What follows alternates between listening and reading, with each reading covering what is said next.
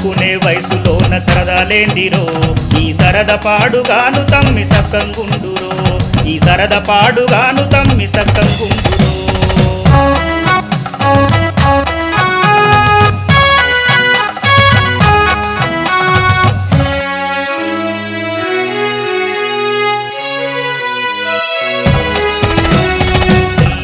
సొల్లు కబుర్లు కొంపముంచునురో నువ్వు పోరి వంక చూసావంటే పానం లగునురో